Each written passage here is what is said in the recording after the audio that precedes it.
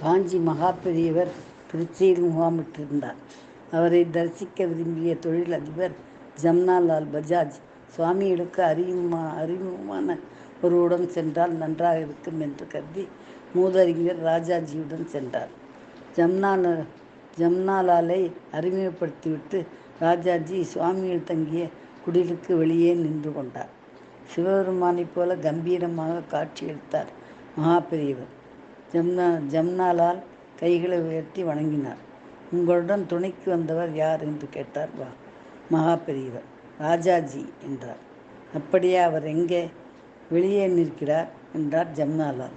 அருகில் நின்ற சிப்பந்தியிடம் ராஜாஜியை கூப்பிடு என்றதும் அவர் ஓடி வந்தார். ஆனால் தயங்கியபடி தள்ளி நின்றார்.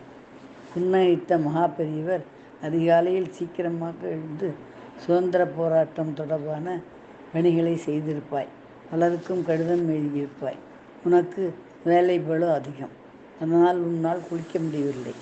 இந்த நேரத்திலே உன்னை அழைத்ததும் அப்படியே இங்கு வந்து விட்டாய். குளிக்காமல் எப்படி தரிசிப்பது என்று கேள்வி மனதில் உண்டானால் அப்படியே நின்று விட்டாய். அதுதானே நிஜம் என்று கேட்டார். தயக்கமுடன் ராஜாஜியும் தலையசைத்தார். வாழ்க்கையை பிறந்த நாட்டுக்காக அர்ப்பணம் பண்ணியவர்களுக்கு நாடு வேறு, தெய்வம் வேறல்ல, இரண்டும் ஒன்றே. தேசபக்தனான நீ ஆச்சாரம் பற்றி கவலைப்பட வேண்டாம். தேசத்தின் உள்ள பக்தியால் உன் உடல் மனம் எல்லாம் சுத்தமாகிவிட்டது என்றார் மகா பெரியவர். பரவசத்தில் ராஜாஜியின் கண்கள் கலங்கின. மேலும் மகா பெரியவர் எந்த